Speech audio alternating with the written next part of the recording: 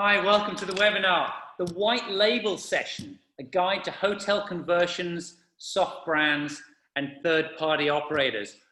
We've been running, I think this is the 19th or 20th webinar that we've been running, delivering Asia Communications in collaboration with C9 Hotelworks.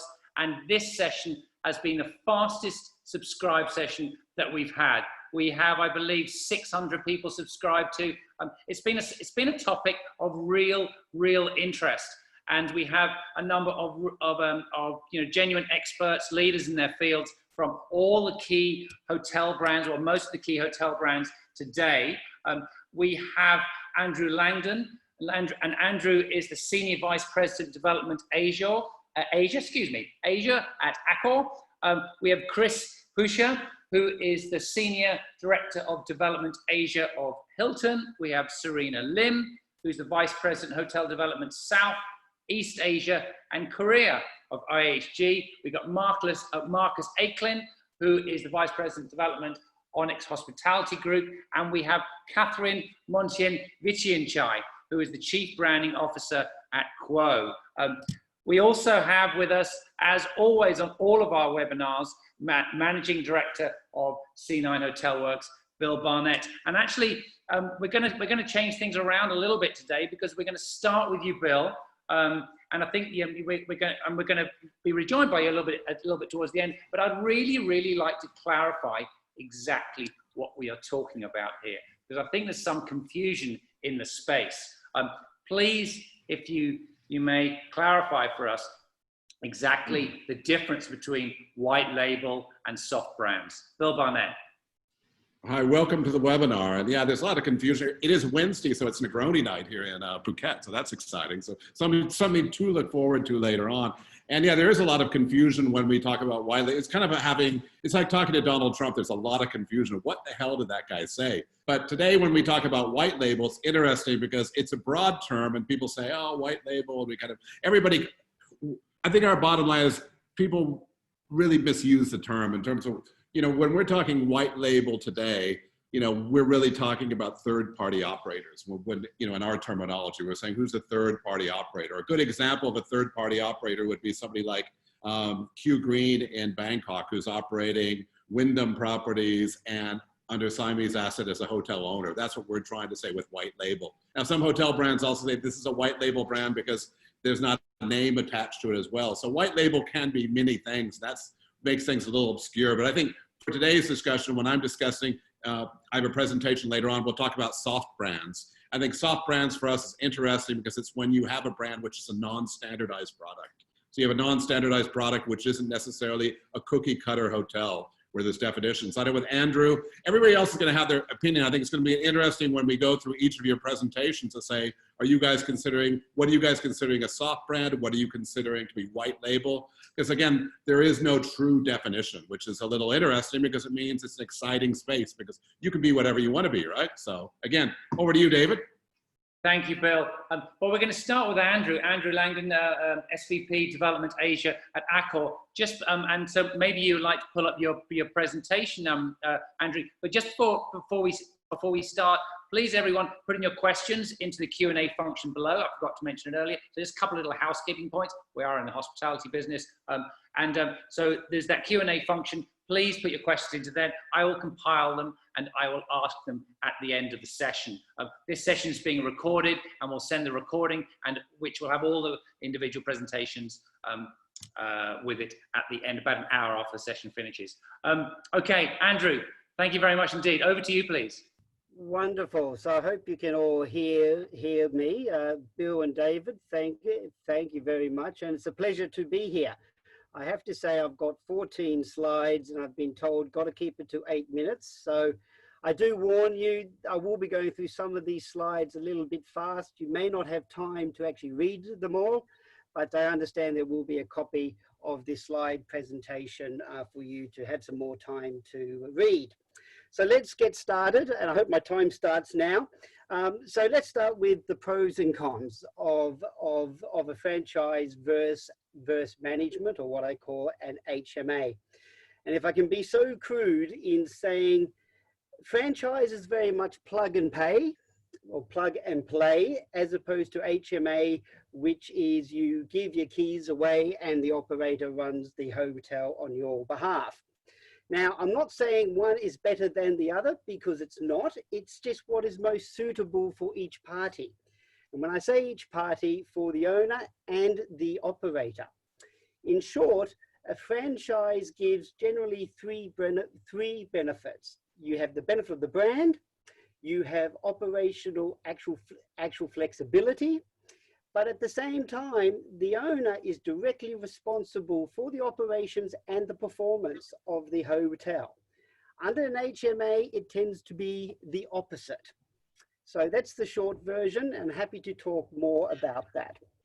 But moving on to the next slide, if you are considering a franchise, there's a number of questions as an owner you need to ask yourself. But in short, there's basically three. And the first is, do you have the experience to operate a hotel? Number two, do you have the motivation? That's a keyword one, which a lot of people actually forget about, because we all know it's difficult to manage a hotel and there are a lot of headaches. Unless you're motivated, it's not going to do well. And the third question is, can I make money? Is it financially worthwhile? What I mean by that is an owner-operator needs to be sure that they're going to make more money under franchise with a brand, net of fees, than they would operate if they were doing it themselves. Now, you would probably ask me, from the operator, what questions do we have? And typically the question we have whether we decide to offer a franchise or not, we basically have two. And the first is the reputation of the owner. Because at the end of the day, we're going to be giving our brand to an owner to entrust. So we need to make sure they have a reputation that gives us that trust. And the second is, does that owner have the experience and motivation as well? And where there is a question mark or lack of experience and motivation, that opens the door to third-party operators. And definitely at this point in time, I personally see Southeast Asia is ripe for third-party operators to enter the market. Moving on, how do you select an operator? And I'm sure my colleagues from the other operators online, we would all agree. Whether you are picking an operator for a franchise or an HMA, it's basically the same process. However, there are probably two key factors you basically need to look at. And the first is, what is the franchisor's actual capacity to do franchising in that market? Do they do franchising in the market? How much exposure do they have? Do they understand the market? The second part is the support. What sort of support and where is that support and how much of that support is there if you were a franchisee from the operator? So they're probably the two aspects you have to consider, in addition to all the normal aspects you would consider in terms of picking an operator: brand recognition, brand performance, the distribution, the actual loyalty, of course. Moving on to probably the sexy slide of my presentation, and probably the one which everyone wants to know, is how much does it cost? And the simple fact is, typically, and I'm speaking from Accor, but I think most of us operators are broadly in line, there is a royalty fee or an annual franchise fee, and that typically ranges between 5 to 8% of room revenue. Then there is a sales and marketing fee. Typically, that's 2% of room revenue. So you're looking at total fees somewhere between 7 to 10% of room revenue. And it all depends on the size of the property, the actual positioning of the property, where is the actual property as well. And then, of course, you've got your standard reservation fees and loyalty fees.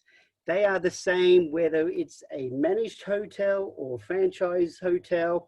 And before you say anything, those fees are non-negotiable. Also, there are some miscellaneous fees too, but I think the most important one is all operators, we do have a number of mandatory actual audit fees. Hygiene, guest satisfaction, and so forth. There's usually a handful, and they will typically cost between $1,000 to a couple of $1,000 a year. While I'm on this slide, there's one thing I do want to point out as well. What is the difference between a franchise contract and a management contract? And the simple fact is this: a franchise contract is half the size of a management contract, and you can literally negotiate that contract over a coffee. Why is that?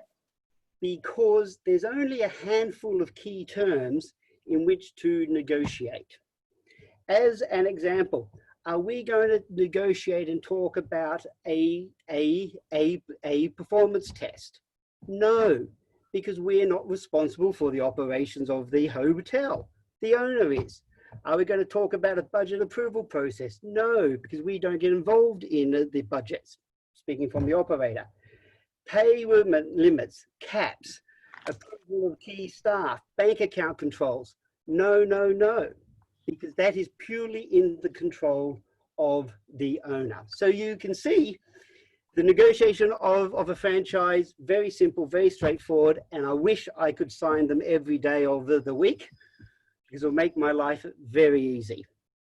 Moving on, typically now the question is, well, what brands are we prepared to franchise?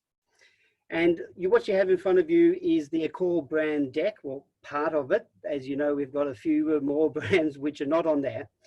But in short, everything with a gold circle, we are prepared to franchise. And typically it's in the mid-scale and economy sectors. Everything in red, we are prepared to franchise, but on a very strategic basis.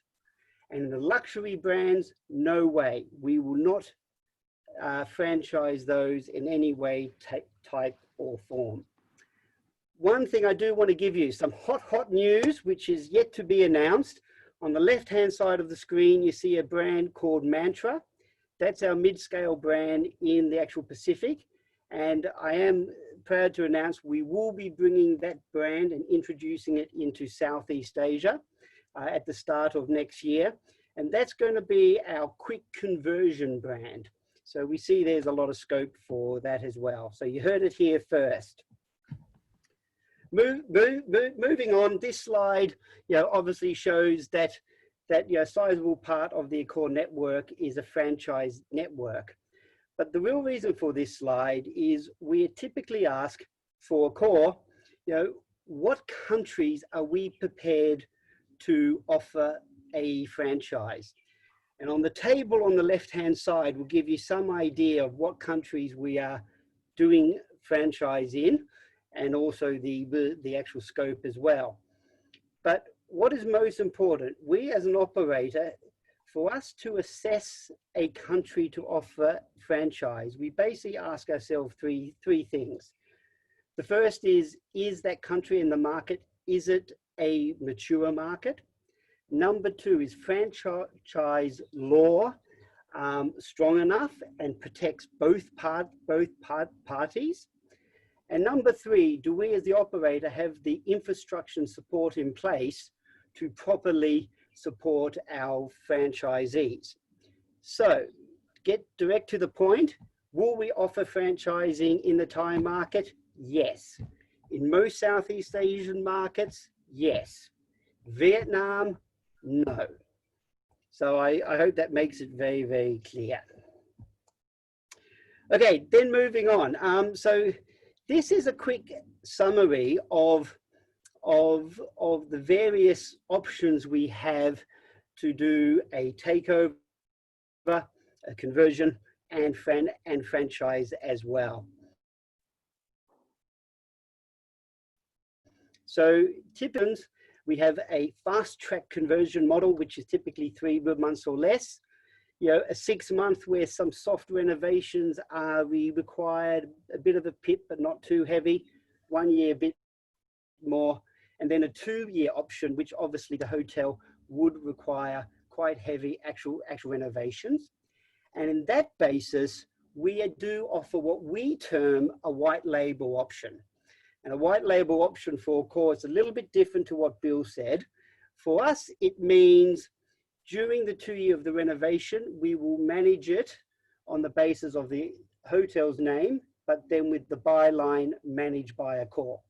And it will still be connected to our central res system anyway. And then once the renovation's complete and it's to brand standards, at that point we put the brand on. So this is just a quick phasing and timeline on the fast track 3 month model. And this is typically where hotel, it's at the brand standards. It doesn't need that much done to actually put the brand on. And you can see it's 5 actual phases over the period of three months. Because of time, I won't go into this in too much depth, but obviously you'll have time to have a look at this in your own time. What is interesting, there's a phase 2 PIP, and that's sometimes we will talk with an owner where we'll do this PIP in 2 phases. The first phase is what's absolutely needed to open the hotel under the brand. And then the second phase is what is nice to have as a PIP. And in this way, it aids the owner to manage the cash flow and get the hotel open very fast. To compare, I show you on the screen, this is the 2 year conversion phasing and timeline model. And you can see the items in red is what's in addition to the previous slide, which is the 3 month model. So as you can see, there are 8 phases there as opposed to sort of 5 under the 3 month version. And you see there is that period of time where the hotel is operated under what we call a white label option managed by Accor. I think I'm on time, which is good. A very simple slide here. Here are the key roles. So when we are doing a conversion, a takeover, you can see how both the operators team and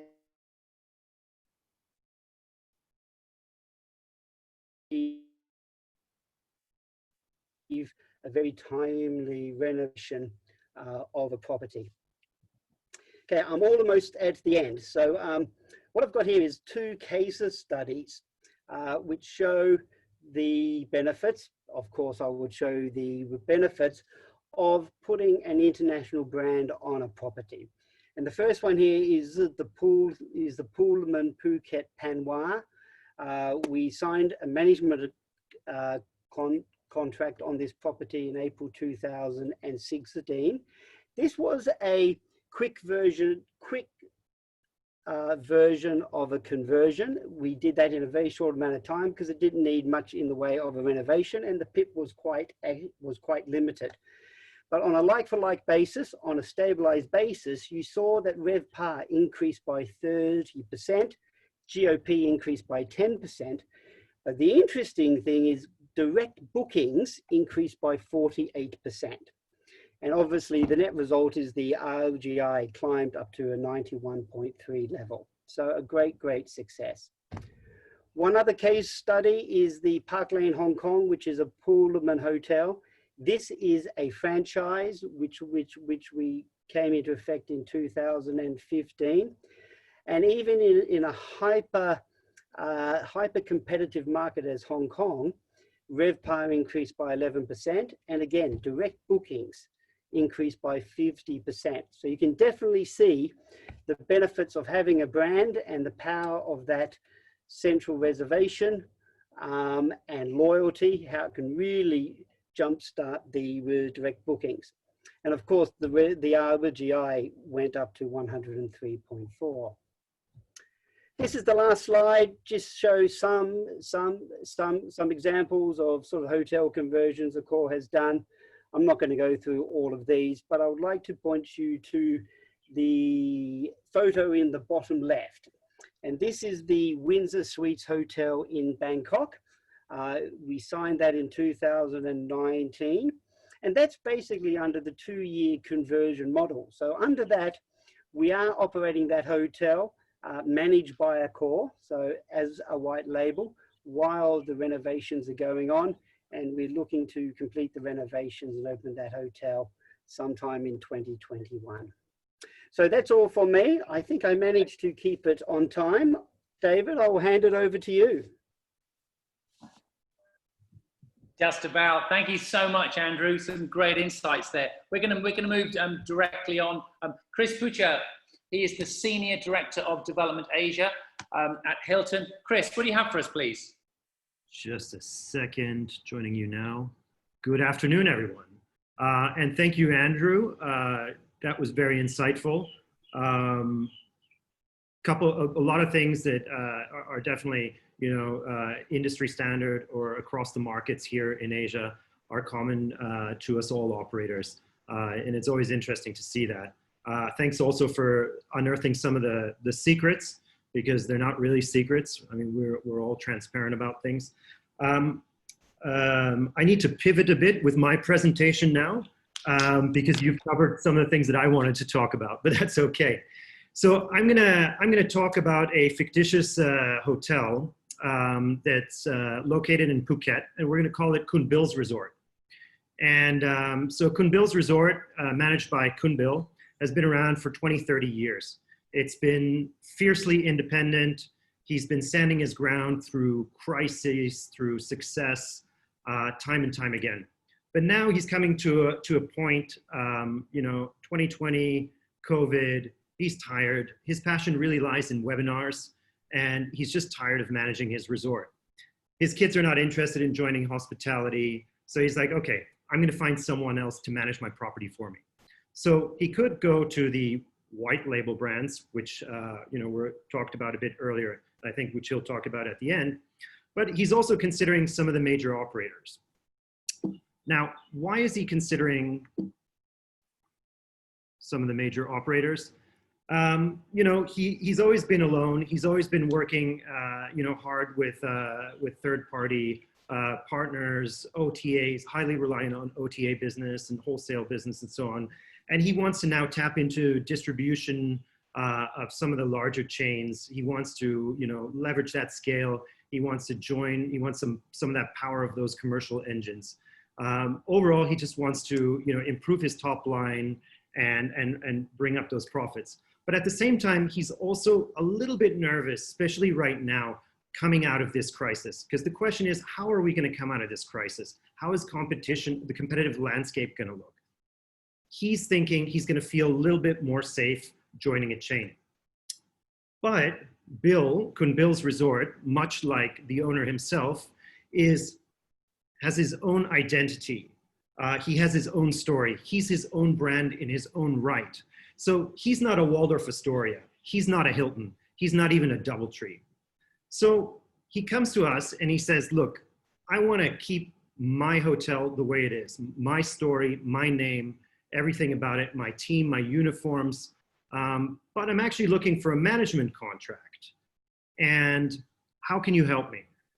So at Hilton, we actually have three soft brands with clear positioning. We have our LXR, Hotels and Resorts, which is positioned as a luxury collection brand. We have Curio Collection by Hilton, which is our upper upscale collection brand. And we have Tapestry Collection by Hilton, which is our upscale collection brand.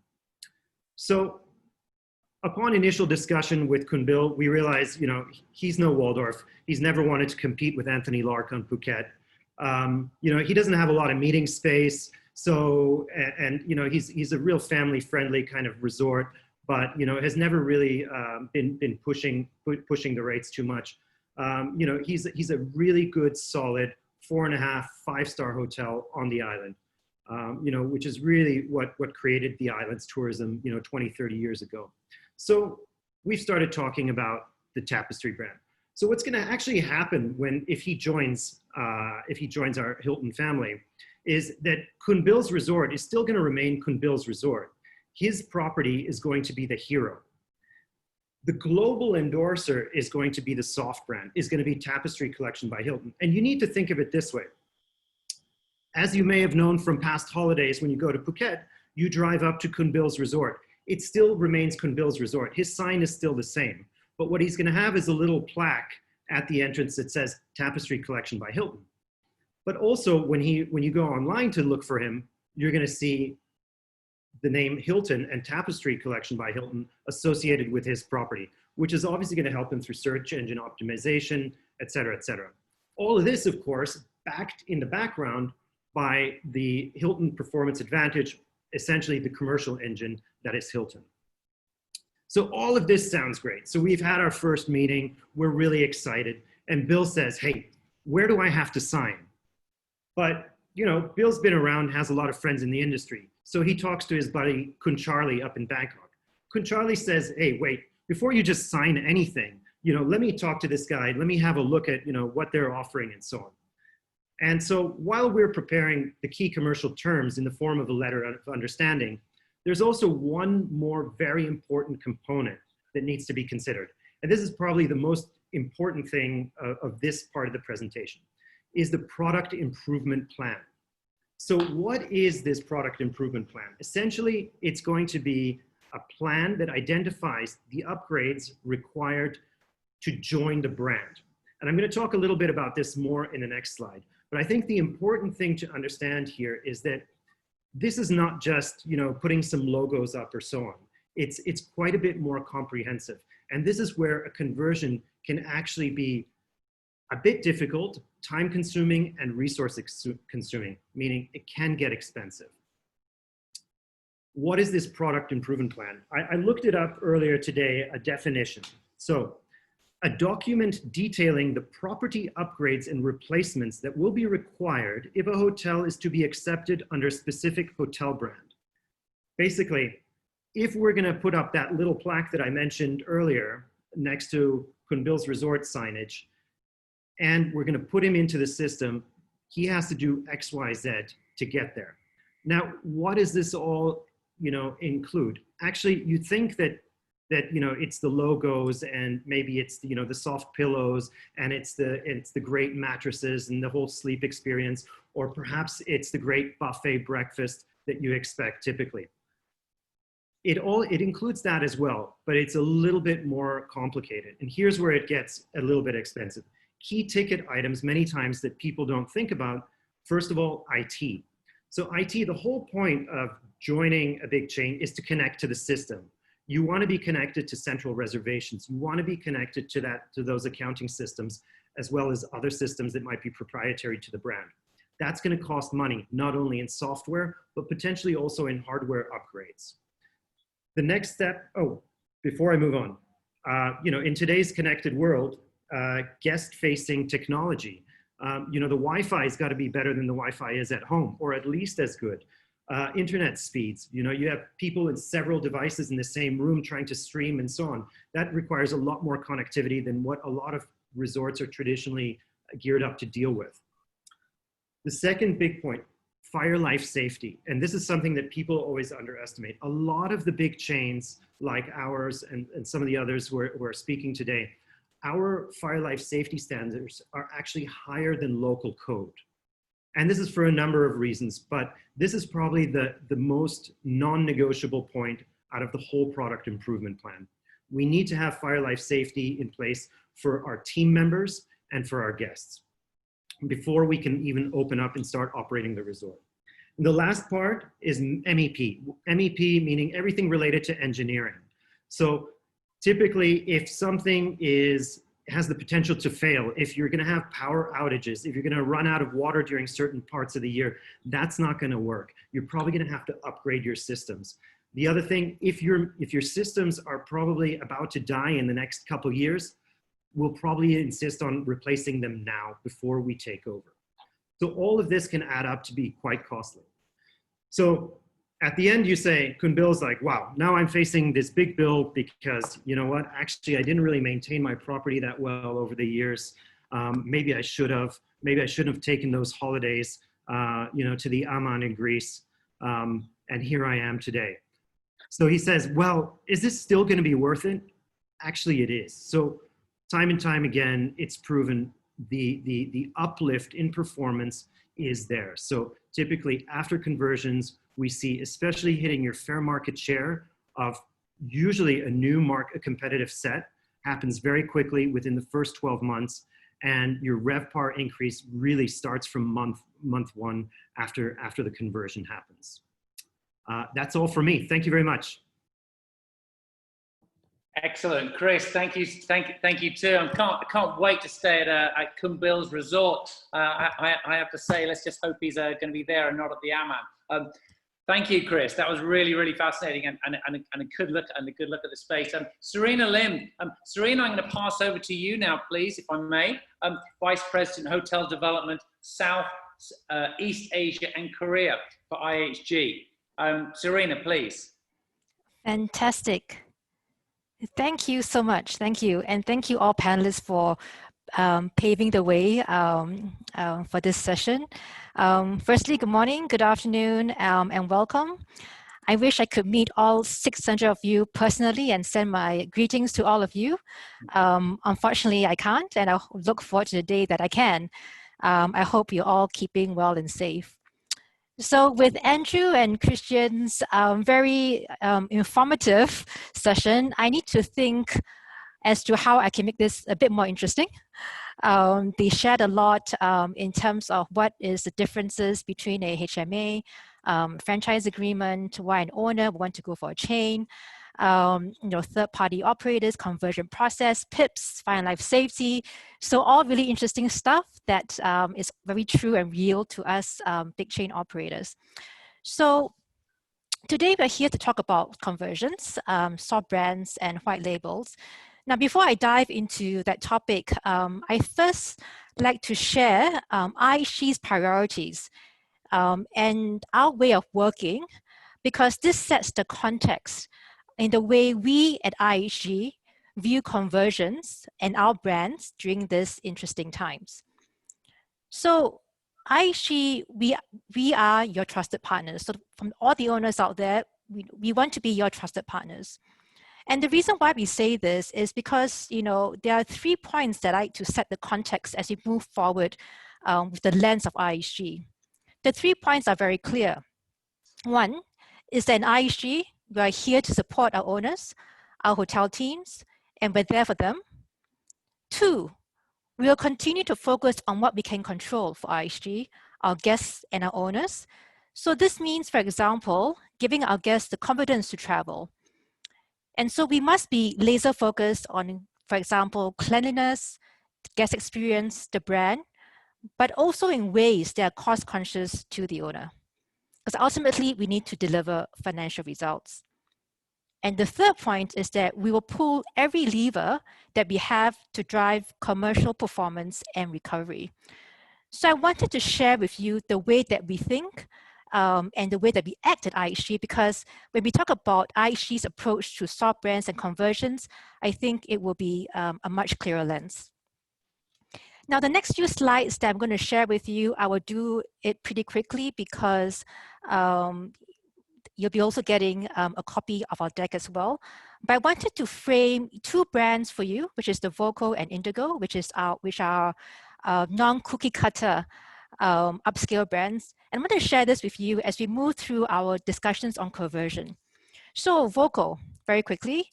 So Voco means to invite, to call together. The takeaway is that the brand is thoughtful, it's unstuffy, it's charming, and there's also a playful attitude with it.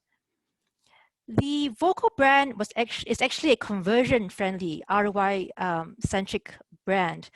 And the reason why we say that is because this brand has a very flexible approach to standards, to design application, and also operating model, which I'll share a bit later. Because at the end of the day, we want to be able to make it a very quick and easy process for owners of high quality independent hotels to join our portfolio. And I think this says it all in terms of Voco. Voco, we are reliably different. And what this means is that Voco hotels are different. We are proud to be different, but we are reliable in that there is a name behind it. And there is a system and certain basic services that guests will come to expect. And when I go through the PIP process, you hear a bit more about that. Very quickly on, we go into the Hotel Indigo, which is a brand that I think a lot of you are familiar with. So Indigo is another upscale brand from IHG, not cookie cutter. Where Indigo is different is that the brand is about storytelling. It's about using influences from the neighborhood to craft a very unique narrative that is distinctive for each Indigo. And this narrative will influence all touch points, whether it's hotel design, F&B concepts, service style, for example. And typically, we look at a brand agency to pull that narrative together. And I thought I'd share that with you because we talked about, non-cookie cutter brands and brands which are very distinctly different. And I thought I'd share these two upscale brands with you in this presentation. All right, so what is IHG's approach to conversion? First, I do apologize for having a very busy slide. We teach us, we are taught that never present a busy slide, but I thought I'd just do it anyways because I think that it's interesting to take a look at. And I will go through this slide, which is the conversion journey slide, with the vocal brand lens in mind. And that's why I wanted to also share with you what vocal stands for. So, firstly, if you in the mindset of thinking that for vocal, we are looking for high quality independent hotels to be part of IG systems, right, to drive higher returns. So if you have a hotel that is in this category, what should you do and what should you be aware of? The first step is very simple. Let's have a chat. And I think it's a step that sometimes we are afraid to do, but it's important because we want to be your trusted partner. We want to know what's important to you. And with these independent hotels, there's always a very interesting context as to why the hotel was built, why it was designed a particular way, why the F&B concepts are such. And owners of independent hotels are typically very, very hands-on. So we want to have a conversation. We want to understand, what's important, what drives the needle for you, how we can work together, and how we can look for solutions. And it's really interesting having these conversations, and I'll share a few conversations which I've had. We have owners share that that this hotel has been, with the family for a very long time. And so not only do they want to have short-term fixes, but they also want to have, a view as to the longer-term play of the property. Some, on the other hand, want to just focus on the short-term fixes. We have some owners who tell us that, certain parts of the hotel design cannot be touched because for feng shui reasons, it cannot be touched. Sometimes they go like, I have a great third-party, operator that I want to manage my hotel. Sometimes they tell us that, I have a great chef. I have a third-party operator for my F&B restaurant. Where is there flexibility? And our position, to that question as we move into recovery and we see the world change around us is very simple. And our position would be, why not? Let's talk about it. Now, if we are able to keep to the unstuffy, thoughtful, charming nature of vocal, if we're able to deliver that sort of service and quality and brand standards that is required of the brand by having a third-party operator, by having a third-party operator of the restaurants, why not? And we can look at ways to fix that. So we'd be open to having that conversation and having a conversation with you to understand how together we can do it. So I think, Andrew had touched upon franchising and where he will go and do franchising. In IHG, we'll be happy to look at, for example, franchising in Korea, in Thailand, in Vietnam. Again, having open conversations with you about it.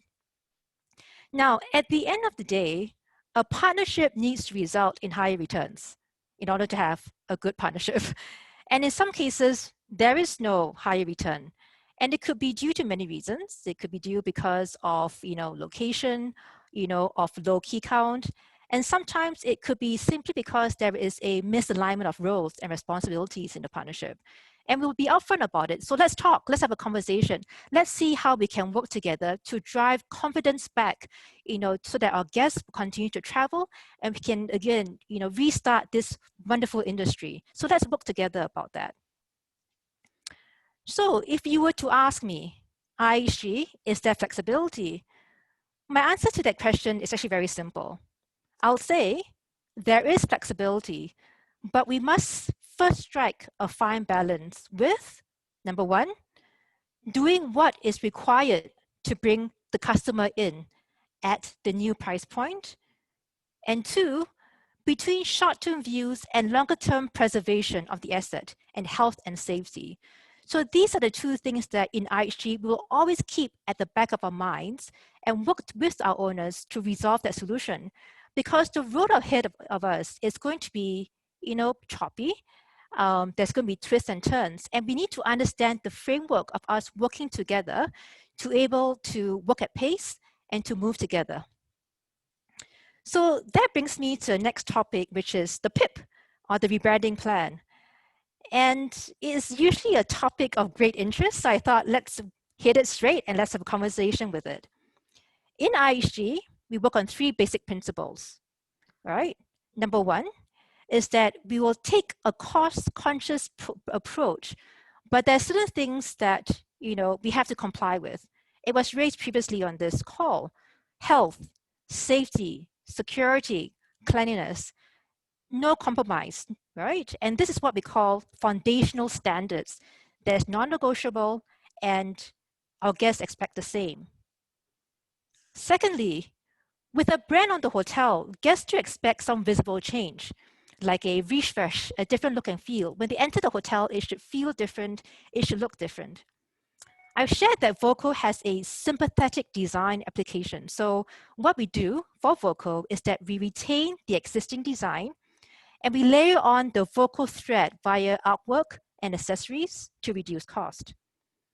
And the third thing when we do when it comes to PIP is that we will also prioritize works based on where it matters most, in line with the hotel's recovery plan. So we're not going to ask the owner to tear down certain structures or remove this because the color is not right, the shape is not right. We're not going to ask you to do that. But if it poses health and safety risk, then that needs to be fixed. So there was a discussion also about white labels. And IHG's position is this: if it takes a bit longer to renovate the hotel to put the brand on, but there is an intention to want to drive business from IHG's own channels and through our sales and marketing distribution, we could also do what we call an SP code, which is where, so long as the hotel meets certain foundational requirements, we will plug that hotel into our system, but use the existing name of the hotel. So I guess, some may call it white label. We just call it SP code, just because. And so if we do practice what we preach, we're quite practical about the way we do things. We have 12 Voco hotels, which are all conversion hotels. And you take a look at the before and after photos of these Vocos, you'll notice that we have retained the existing design and layered it with accessories and artwork, and it does make a difference. And again, we need to have that difference in order to attract customers willing to pay that enhanced price point. Now, with conversions of independent hotels, owners are usually concerned that, with a big brand coming in, sometimes the big brand may pay no regard to the brand equity and standing that the hotel has already established in the market. Now, in IHG, we want to bring out the best of the hotel. I think, all of us want to do that. We want to also respect the heritage of the hotel. And at Voco, we can incorporate the original hotel name and use these original names sitting aside with our Voco word mark. It makes each hotel feel that it's part of the brand family, but it also links to the history as well of that property. So again, there are many ways to work, so long as we sort of know what the guiding principles are and how we plan to journey together. So I'm going to. You know, we're getting a little bit short of time. Are you almost, Sure. okay. Okay. You know, So I will thank you for that. So I will leave this with you. And I think at the end of the day, there's a lot that I've covered. If there's one takeaway that I like to leave, is this: IHG, we want to be a trusted partner. So please take a first step and have a chat with us. You know how to get hold of us. So thank you very much, and I'll hand it back. Thank you. Serena Lim, thank you so much indeed. Some really interesting insights. And Voco, you know, what a great brand, a conversion brand. Just a quick heads up. There's been lots of questions coming in, so we've got three more to go actually. So we do need to get going. Andrew Langdon, just a quick heads up on a question for you. There's been a few questions about manchises, the manchise model. So I'm going to ask you to try to unravel and explain that a little bit later. But with no further ado, Marcus Aiklin, Vice President Development, Onyx Hospitality Group. Marcus, over to you, please. Thank you, and off we go. There we go. Well, nearly. There we are. Perfect. Thank you. Is it big yet on your screen? No, not yet. Okay, let me show it. Okay, so probably going back to Bill's intro and what is white label. Lesson number one, I think, is do not judge a book by its cover, or an album in this case. So Onyx is obviously much smaller than IHG, Accor, and Hilton. So great opportunity for me now to maybe share the perspective of a smaller white label operator. Thanks, David, for having me, and thank you, Bill. So at Onyx, we have three offerings that you could describe as white label, and that for us is to manage hotels, but under somebody else's brand. Mosaic Collection started about 20 years ago for us, and these are mid-scale hotels where we manage it as a soft brand, but under the name of the individual hotel owners. Bill mentioned the idea of third-party operators. So we have a master franchise with You, which is a global design and lifestyle hotel brand. So we are the classic third-party operator sitting between the brand and the individual owners. And then the main bulk of the presentation today will be about Saffron Collection. We're very proud. We just launched that new white label offering a couple of weeks ago.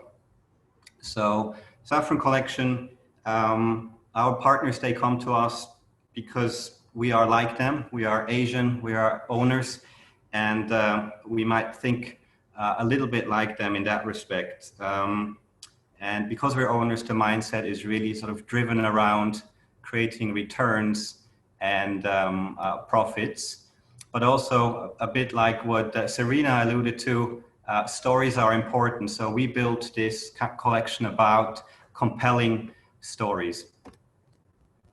And what are compelling stories? If you believe the experts, there are really only 7 basic plots to a compelling story. Here you have 6 of these opportunities. I will tell you a story about plot number 7, which is the story of the underdog, and that's us. And we have to overcome the monster. So it's the hero who fights against big players and hopes to win in the end.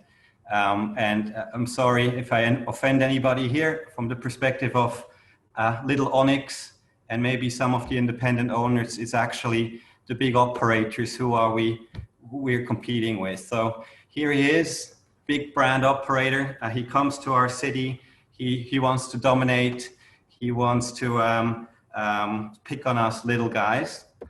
So what do we do as the smaller guys? We get slim, we shape up, and we listen to our partners and to really find out how can we compete against this champion. And so these champions are already successful. They're launching soft collection opportunities as well. They get bigger and bigger and stronger. And that's really where we think we have a chance to sort of use that against them, because our Saffron Collection owners, they don't want to be part of a big chain. They want to be independent, and they want to talk to people and maybe not to systems so much. So that's the opportunity. So one of the things that we hear from our owners is that when we create an offering for them and we manage under their brand, very often operators sort of rely on expensive designers and consultants to create the brand. We have an opportunity, having built our own brands over the years, to maybe chip in and add value to that process. It's also the idea of templating things and having certain standardized policies between these white label brands that we think may defeat the purpose. So we really focus on having individualized experiences and service cultures. And again, the owner here really wants to work with people, and as an independent private company, maybe we have a little bit more time to find out directly from the owner what he wants. And so because we have that background of being Asian, of being independent and smaller, we started to win the hearts and the minds of some of very special owners in the last few months. So the collection was launched with 7 properties now, and it's the fastest growing offering for Onyx in 2020. Okay, Bill asked me to present a greenfield case study. We've heard about PIPs and conversions. So this is about the idea of creating a white label independent hotel with the support of Onyx. And the case is Oriental Residence in Bangkok, which we built around 8 years ago. And it always starts with the owner. So here we're sitting with a new Saffron Collection owners about 4 weeks ago. And this owner was brought in to really share the story and to tell us what inspired him to build his hotel in its location. And that's really where the Onyx group comes in and helps to boil down, distill, and really sort of take out the essence of what that vision is and convert it into a simple story. And once all the stakeholders, these architects and brand agencies and the Onyx technical team understands and buys into that story, that's really the jumping off point to get going. We need that buy-in and we need that shared vision between all the stakeholders. And so in the case of Oriental Residences, that vision by our shareholders was the fact that they owned the Oriental Bangkok. They bought the property in the 1960s. A couple of years later, they partnered with the Mandarin Group out of Hong Kong. The hotel was rebranded to Mandarin Oriental. And when the family had a chance to build another hotel in Bangkok, they really wanted to bring back the old name, the old icon of the Oriental, and bring it back to life. And because they're a sort of a hands-on owner, and the family was involved in the Oriental from the beginning, we had to find ways of bringing back that family story and that connection into the new property. So you see a picture of Café Claire at Oriental Residence, which carries the name of little Claire, who is the firstborn daughter of our shareholder. Beautiful French bistro. The site is owned by the Thai Crown Property Bureau.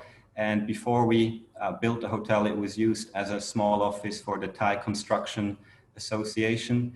The family had to find a respectful way to take over the lease. So the idea was to rebuild the office space within the tower. And we lifted a statue of the founder of the Thai construction industry into the office. Our family being one of the biggest Thai construction companies, that partnership was really important for us.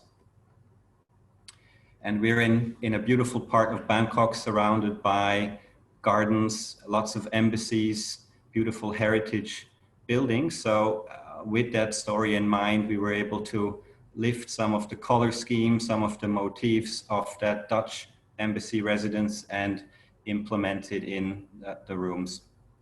We also created a little private bar, and that was really aimed at the diplomats in our area. So this space has become almost a private members club because it's very exclusive and sort of set back and away from our public areas. And so it turns out that we didn't need a big brand to wow our guests and win prizes, keep them coming back. We didn't need a big brand to achieve the rates and the occupancies needed, but we really needed the mindset of an owner to deliver returns. And great case for COVID time is we did not close the hotel, which is unusual in Bangkok, and we switched our business from shorter stay to more of a long stay operation, and we're able to sort of keep the GOP positive year to date. And that is it, Saffron Collection, 7 properties on the go in Vietnam, Malaysia, Australia coming. As I said, very fast growing, and white label is very important to us, and no wonder this seminar has attracted so much attention. Thanks again, David, for having me. Marcus, thank you so much. I just got to watch that movie. I've got to listen to that album again. You know, that was really, really great bringing those back to. Great presentation. Love the point about stories too. Certainly coming from a communications background as myself, stories are absolutely the essence. That is really going to drive growth of hotels, large, small, independent, or otherwise. Okay, thank you, Marcus. Catherine Montian-Vichianchai, Chief Branding Officer of Quo. Catherine, over to you, please. How to brand a conversion. What are we going to look at today? Thank you, David. Let me just share our screen.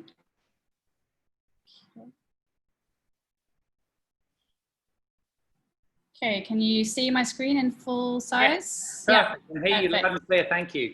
Great. Okay, good afternoon, everybody. Thank you for the introductions. Let's just get this moving. So I hope that most of you know who Quo is, but for those of you who don't, we are a brand strategy agency and creative agency focused on the hospitality industry. And very picking up on Marcus's point, we're all about finding the soul or the story of your brand. So we're, in terms of soft brands and conversion, we're on the other side of the fence, and we often frequently work with owners and operators when they are creating soft brands or when they are positioning hotels to be soft brands or collection brands and facilitating that storytelling process. But before I get into that and a few examples, I'm going to just rewind a little bit, and I apologize if I repeat a little bit of some of what people have said earlier, but I think it's good just to sort of create some clarity around, from a branding point of view, the differences between hard brands, independent brands, and soft brands. So traditionally, obviously, as most people know, there were 2 choices for owners. You can join a big group and you can be a hard brand, or you can stay independent and have your own brands. And about 30 years ago, 2/3 of hotels were actually independent. Now, less than 40% are independently branded. And one of the main reasons for that is because of the growth of what we're calling soft brands or collection brands. And we'll talk a little bit more in a few seconds about why that's the case. There's been a huge proliferation of soft brands and collection brands over the last, particularly the last 6 to 7 years. This is just a snapshot of some of the major ones from the big groups. We've heard from IHG about Voco, from Accor about M Gallery, and we have brands from Hilton, from Marriott, from Hyatt, and so on. In terms of how that's happened, it's quite interesting to map the growth of the brands. So if we look back in the 90s, we had the luxury collection from Marriott, which was launched in 1992, and really at that point was one of the few collection or soft brands at that time. We then saw in the late 2000s, we had a few more join this group. We had Autograph, M Gallery, and Ascend from Choice. And then suddenly, from 2014 onwards, there was this huge growth in the number of new soft brands and collection brands launching, from the likes of Radisson, Curio, Tribute, Tapestry, Trademark, and so on. So really the last 6 years has seen a massive growth in the number of collection or soft brands, which is really interesting to observe. And what does this mean? So again, we can see a similar trend in the number of rooms. So in terms of collection brands, the number of rooms has really grown again in the last decade or so, and that's just in the room count. What's interesting to see, and I think it's already been pointed out, is most of these brands fall into the luxury, the upscale, or the upper upscale segment. About 80%, in fact, fall in these top 3 tiers. Very few of these soft brands from the big groups, at least, fall in the mid-scale or the economy tiers, which is quite interesting to look at. And I think there's a reason behind that. I think that within the luxury and the upper upscale space, you're seeing increasingly that consumers, travelers want a more differentiated experience. So the brands are responding to that with these more individualized offerings.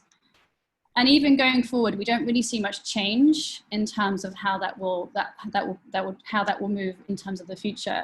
If you look at existing chain scale brands and you look at the pipeline, you can see that the growth really still is in the upscale and the upper upscale space, which is interesting.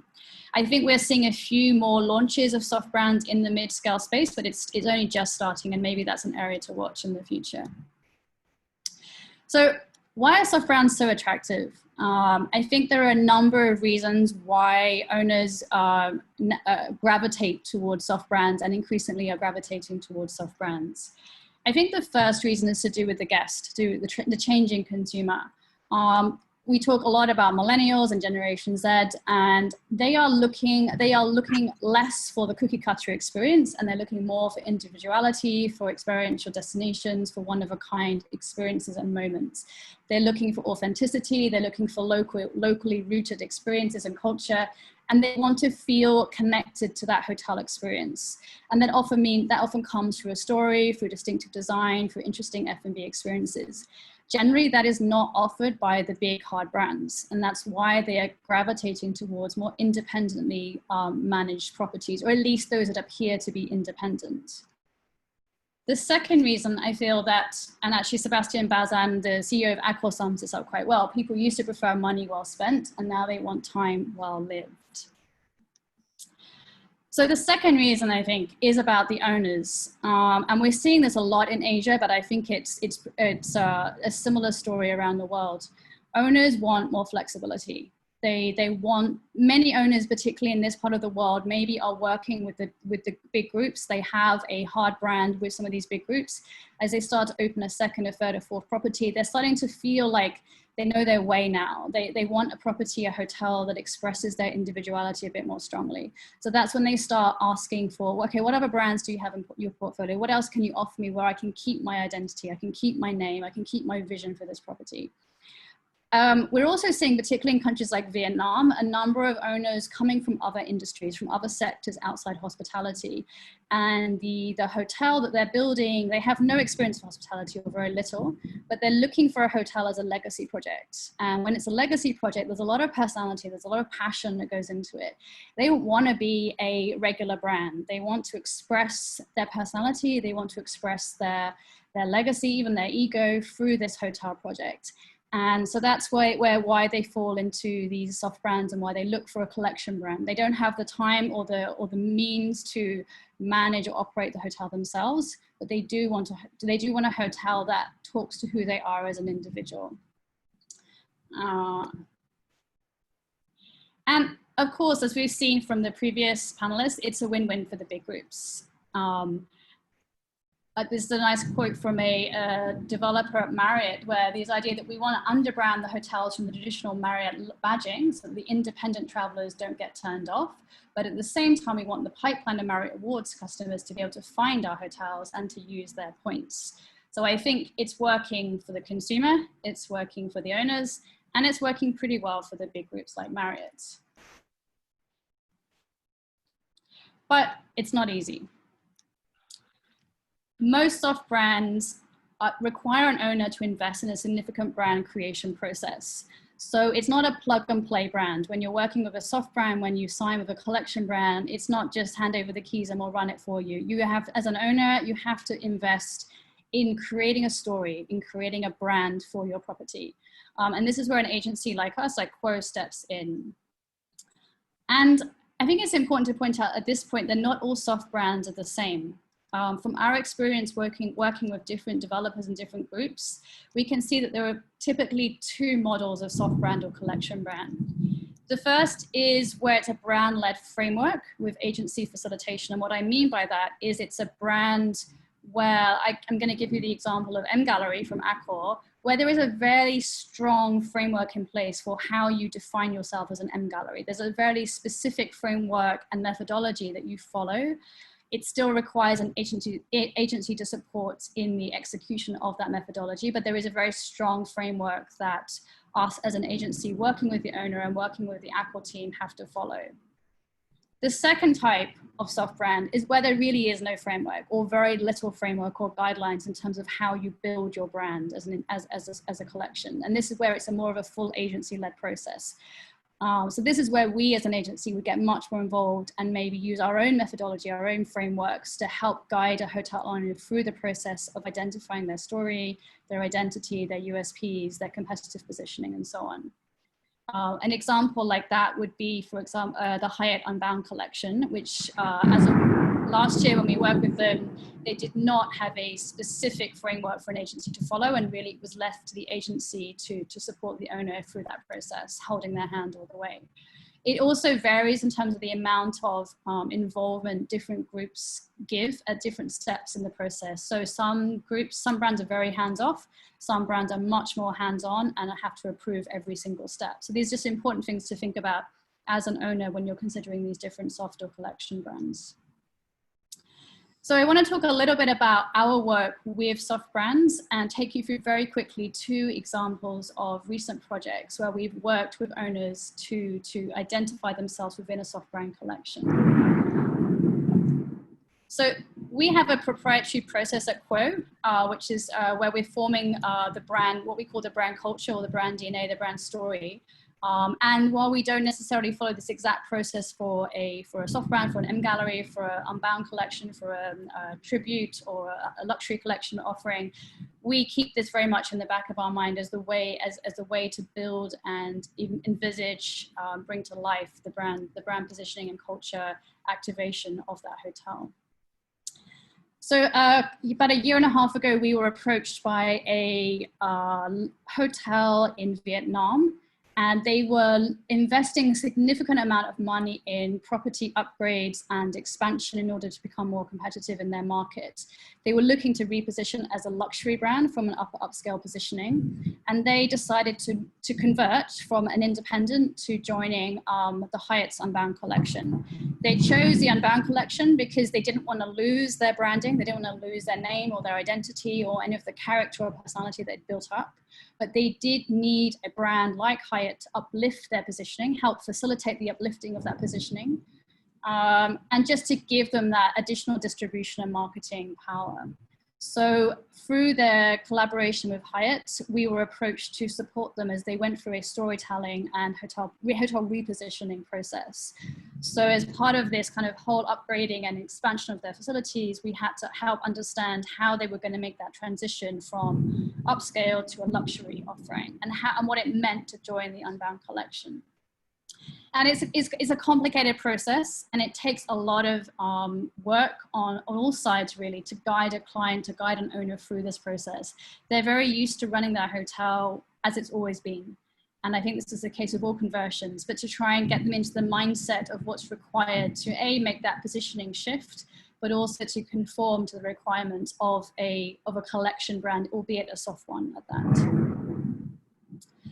The second example, and Andrew will be familiar with this one, is an M gallery property in Vietnam, which I can name because it's launched, it's live, is the Yen Tu Mountain in the north of Vietnam.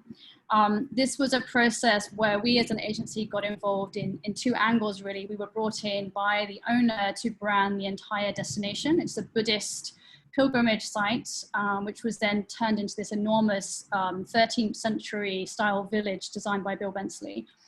So we were branding the entire destination, but we were also brought in by Accor, or by the owner and Accor, to brand the M Gallery property on site. So unlike Hyatt's Unbound collection, as I mentioned earlier, M Gallery has a much more significant framework that we as an agency will follow and help to form the story. It's called the STORM process, the storytelling process. So forming the story of that property, leveraging the assets and the USPs to tell the story, and then bringing that to life through different touch points on the guest journey. And then once we form that story, we can then obviously use that to help shape the identity of the property, and bring it to life with different sales, marketing, and operational collateral, video, website, and so on. So it's a very exciting project for us because we get to see it from all sides. We get to see us as an agency working with the owner, working with the different internal stakeholders, but also seeing the processes that come from a big group like Accor in terms of helping to give shape to what is otherwise an independently branded experience. And in this case, it was a very passionate owner. He had a very strong vision, and there was just no way that he could conform to anything other than a soft brand. He needed the soft brand to give him that flexibility to express his identity, his passion, his vision, and to incorporate all these amazing design features from Bill Bensley. So those are just a few examples of soft brands that we've worked with. Thank you very much. Catherine, thank you. Absolutely fascinating stuff. We're running a little bit short of time, and we want to get to some Q&A, so I'm going to hand over immediately to Bill Barnett, MD, C9 Hotelworks. Bill. All right, thanks, David. I think some great presentations, a lot to absorb. I think the one thing we know about this space is conversions for the next 5 years, in my opinion, are going to be the most dominant force in hotel contracts. You know, it's dark out there. It's going to get a lot darker. You know, we've not seen anything yet, really, when we look at blood on the streets in terms of what our industry is going through. And, you know, conversions are going to be a profound thing out of every cycle. This is a new cycle, and I think that's what's profound about where we're going now. And I think this is probably one of the more interesting spaces. But the one thing you have to understand is now we're taking a business which has been traditional in Asia that is much different in the US, is much different in Europe, where you have third-party operators, where you have these layers of structure. Phuket's, Asia is very much a one-trick pony in terms of hotel management contracts together with hotel owners in the past. But now we're starting to see these layers. We start to see with soft brands coming in, we also see branding agencies coming. We're seeing a layering of these fees. So I think what's interesting is it's got to make economic sense. You know, you really have to sift through this and say, what's going to make sense economically when I start to have multiple parties in? And also, what is the hotel company of the future? Is it, we've seen Accor certainly with distribution. Is it a distribution model? Is it like Marriott, which is more a management focused model in terms of that? Or are hotel companies going to change and say, maybe we're having plug and play services? It's going to be much different. I think that's going to be the most interesting thing about this space going forward. Today, I'm going to talk about soft brands, hard brands, almost a porn thing, right? Maybe hotel porn or Tinder, whatever, let's call it that. But in terms of independent hotels, when we look at Southeast Asia, there's clearly a lot of potential. And this is what strikes me when I look at the proportion of independent hotels compared to branded hotels in the region. What this says is fish where the fish are. There's a lot of properties out there coming out of this crisis who are going to be looking for an identity or looking for an advantage. When we take a broad view and look across Southeast Asia in terms of the hotel supply, looking at STR numbers, look at the amount of independent hotels out there. This is going to be this is what's at play. This is the playing field out there during post-COVID times, because those orange things are where you're going to see the action. That's where owners have to make a decision. We want to survive. We want to live. That's the whole guy. The guy's crawling to the top of the guy, hanging out that Titanic lifeboat. This is what Leo was doing. I just want to live. And that's what they want to do right now. As a hotel, you've got to be able to survive. And the branded hotels, interesting now with COVID pricing, because we're seeing luxury hotels here in Thailand prosper because they're selling at 3-star pricing, right? So if you're a 2 or 3 or 4-star hotel in a post-COVID market, you're struggling because the 5-star guys are crushing you. So how do you compete? What's the way forward in doing a conversion or saying, can a brand give me greater top-line revenue? How can it change my profile? So that's going to be an interesting part of you as well.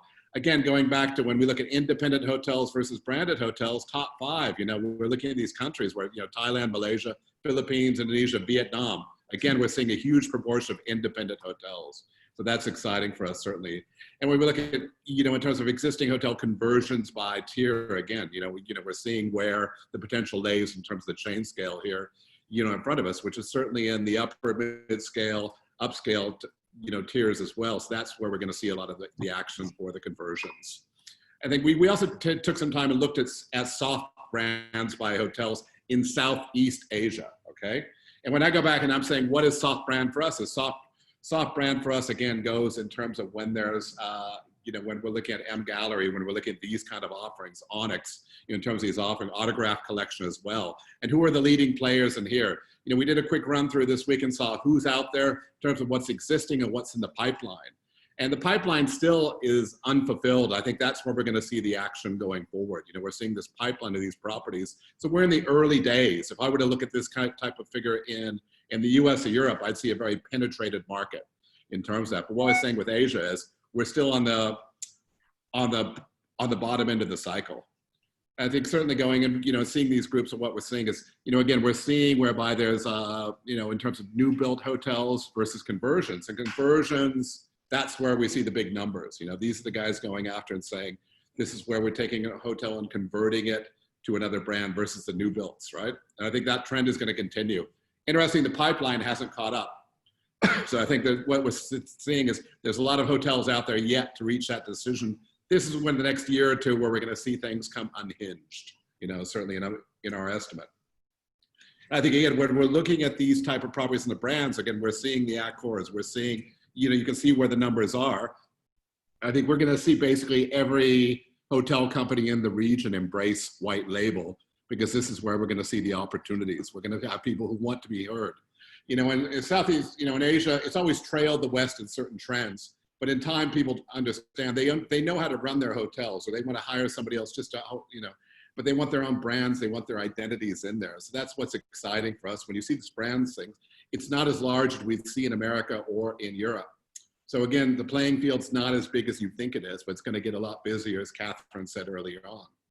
You know, something here we see certainly in terms of where most of these properties are. Again, we come back to the same playing field. Again, we're talking about Thailand, we're talking about Indonesia, Vietnam, these type of areas where there's going to be growth. There's going to be more growth coming in. I think that's really important. And at the end of the day, I think our space today is really, there's a lot of interesting conversations, but could soft brands kind of emulate what's going to be a post-COVID trend in terms of where this hospitality market's going? Our business is going to be recreating itself. And we're going to have these independent hotels who have to say, we have to do something. What are we going to do? Is it, we want certain services? Do we want to have a soft brand? Do we want to do it on our own? Do we want a third-party operator? But we're at the beginning of a new cycle, and it's going to be a new change. Just one message before next week, we're having a webinar as well. And we've been having an ongoing discussion about big box hotels and the club sandwich. I'm going to be inviting Eric Levy, who's actually doing an intensive search in Singapore for the best club sandwich and big box hotels. And he's going to report back next week. So club sandwich, big box hotels, David, thanks so much. Yeah, thanks for that, Bill. I'm looking forward to the results of that too. I'd love to be taking part in that particular survey. Maybe we can do one in Bangkok following. Hey, but conversions are king. Conversions are king. I think that's absolutely excellent. A future unhinged. Bill Barnett, your insights are always very much appreciated. We've had a lot of questions that have come in, and I'm just going to jump right in. We're over time. We're just probably going to have 5 to 10 minutes maximum. So just jumping straight in. Serena. Is there a minimum amount of room keys before a franchise agreement can be considered?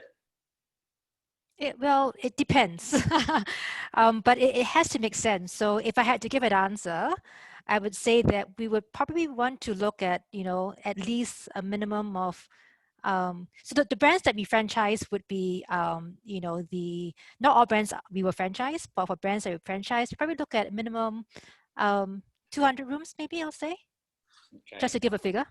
Okay, thanks. Thanks a lot. I tell you what, probably the most consistent question that we've been having is really, what are the benefits? What are the benefits of plugging into major brand organizations? Andrew, there's one specific question which I thought was particularly interesting, and which is, what is the percentage of bookings that come from the proprietary website, such as Accor.com, for example? And Chris, I'm going to ask you this about Hilton in a moment, versus other sources. Do you have any insight for that? So basically the key benefits, the key financial benefits of plugging into your system. Yeah, sure. And I'd spent my time having to answer a couple of these. So in short, you know, if you look at all the major operators, we would be typically looking at 20% up to 40% through the hotel.com. Depends on the size of the hotel and where it is. And what are the benefits? It's really, really simple. The direct booking is the least expensive cost to acquire a guest. What do I mean by that? If a guest is booking through an OTA an owner is paying 15 or 20% actual commission. If the guest is booking through the hotel.com website, a direct booking, guess what? They're paying nothing, except for the reservation fees of the operator, which ranges from typically a couple of a percent. So in short, you always want to drive booking to the cheapest acquisition channel, which is direct bookings. And the problem is unbranded properties, because their brands are not known, most of their bookings are through OTAs, and hotel owners are throwing away 20% actual commission. With a hotel operator, 20 to 40% of the bookings are direct, and it's costing them a couple of a percent. That means money in the pocket for the owner. Yeah, that sounds great. Would you concur, Chris? 20 to 40% bookings coming through Hilton.com? Yeah, interestingly, we were just doing some presentations yesterday in Bangkok, and we're looking at Thailand. And interestingly enough, I think just on our Hilton Honors, our membership program, our loyalty program, actually globally drives about 51% of hotel occupancy. In Thailand, it actually drives 61% of our hotel occupancy. And talking web direct, similar to what Andrew was saying, we actually, in Thailand, we're looking at about 25% of our bookings are web direct. So it's exactly the savings that Andrew was alluding to. Thanks. Thanks very much for that, Chris. Just another quick one. How do you envision hotel conversion, soft brands, third-party operators changing now post COVID-19? Well, I think we're going to start seeing more. We've already started seeing more inquiries, and so we're working through that. But another interesting thing that I think right now, while people are thinking about it already, there's one challenge that we still have, which is in some of these properties that are looking to do major renovations alongside a property improvement plan. The banks are not playing ball yet. They're not providing the loans for those substantial refurbishments. So sometimes we're going to look at phasing those things. So just doing a PIP first, major renovation a bit later. And I think that there's going to be a lot more flexibility from ourselves and from the other operators. It's going to be reciprocal because we're in this together and we need to come out of this together. Thank you. Marcus, a couple of questions for you, please. One, I love your presentation about the David and the Goliath and the small guy, and I don't think Onyx are actually that small, but maybe compared to some of the big guys on today, they're a little bit smaller. But what sort of advantage can you bring in terms of by being smaller? And the specific question is, are you able to provide shorter term management services? Yeah, I saw that second question on the chat as well. So I wrote back and said I'm not going to disclose or sort of drop my pants in a public forum. But yeah, the benefit is obviously not the fact that we're small, but that we're owners ourselves. So it's really about mindset. On the terms, I think generally, speaking for all of us, we've become more flexible. It's a very competitive area. And if the brand's not on the building, maybe we can take a view that it doesn't hurt us as much as if after 5 years the management contract runs out, it's not as visible for us to lose a flag in a place. So I think soft brands versus hard brands, I think the terms are probably more flexible, yeah. Thank you. Catherine, love your presentation about the new traveller, a new audience, really driving change, but also owner needing identity and perhaps legacy. The specific question for you, though, is that how important is a brand with all the advanced technology now available? Wow. I think a minute to answer that. I think technology is obviously really changing the hotel landscape, but it doesn't in any way detract from the need to have a powerful brand and a powerful identity. Technology is an enabler to the guest experience, but you still need a story and identity at the core of your offering. Otherwise, how do you stand out? Anyone can have technology, anyone can have automation and all the rest of it, but if you don't have a distinct story to tell, then how are you going to stand out? Right, thanks very much indeed. Serena, another one for you, please. If an owner chooses a soft brand and still has to engage a TPO, where are the savings? TPO is a third-party operator. Yes. Okay, what are the savings? Well, I think that, so that would be probably under a, that would probably go under a franchise agreement. And so that's where we talked about, I guess, doing the math, right, in terms of the savings cost between, having both the operator do both, the brand do both, or having, or splitting that, right, in terms of having two different teams to do that. So I think that's, that is where that decision will be. But I think ultimately what's also important is to understand with the TPO, whether the TPO can also yield and use the system as effectively as the company that owns the system, right? So it's a two-way street. It's both the yield, it's the revenues and the expenses that you have to do a net and decide whether that would be a decision that one would want to pursue. Okay, thank you very much indeed. Andrew, I did give you a bit of a heads up about 20 minutes ago about the franchise model.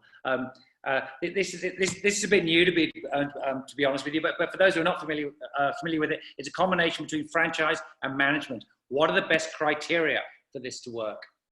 Yeah, sure. So basically, a franchise is a franchise where the general manager is appointed by the operator. Okay, so the GM is one of the operator's GMs, and typically we find that is very useful, especially with potential franchise owners whose experience with working under an international operator under a franchise is not quite there. So by putting in one of the operator's GMs for a period of time, typically 3 years, just to help launch that hotel, get it to a stabilized level, and then leave and let the owner operate it. Okay, that's great. Okay, guys, I'm afraid we are really almost out of time. I'm just going to hand over to Bill. I'm sorry I can't ask any more questions. But there's going to be a recording and everyone can tuck into those presentations. Bill, a final word from you, please.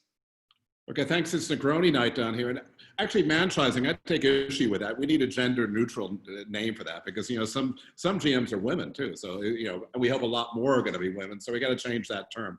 Our learnings today, worst time to be a hotel owner right now. This is a stress time. At the end of the day, you're at the bottom of the food chain right now. Where is this all going? Hotel chains are also having a hard time to service. We have people disappearing in corporate office left, right, and center. So it makes a lot more sense for them to franchise or hive some of these businesses off because they don't have the support. That's the reality of things. And also what's going to be exciting in terms of things, we often get the response, I've got a 50 key hotel, I've got a 70 key hotel, I want a brand. Because everything is commoditized. If you have a 2, 3, 4-star hotel, you're commoditizing, you're doomed, right? So how can you brand and how can you create that experience Catherine spoke about, right? That size of hotel to create that product under some kind of brand or some kind of offering. And the OTA space, like it or not, OTAs have caned the chains for years, right? In terms of that, in terms of performance. You can say whatever you want about direct distribution. And we go to the resort markets as well. Resort markets, wholesalers, everything else. So where are the OTAs going to go with soft brands? Interesting space. Thank you guys all. Great presentations as well. If anybody has questions for these, there'll be a video about that. David, back to you. Thanks very much, Bill. It's been a tremendous session. We're over time, but everyone stuck with us, which is really great. So I'm just going to say thank you to everyone. Andrew, Chris, Serena, Marcus, Catherine, and of course, Bill. Thank you very much indeed for joining today. All the best, everyone. Thank you, David. Thank you. Thank you. Bye-bye. Thank you.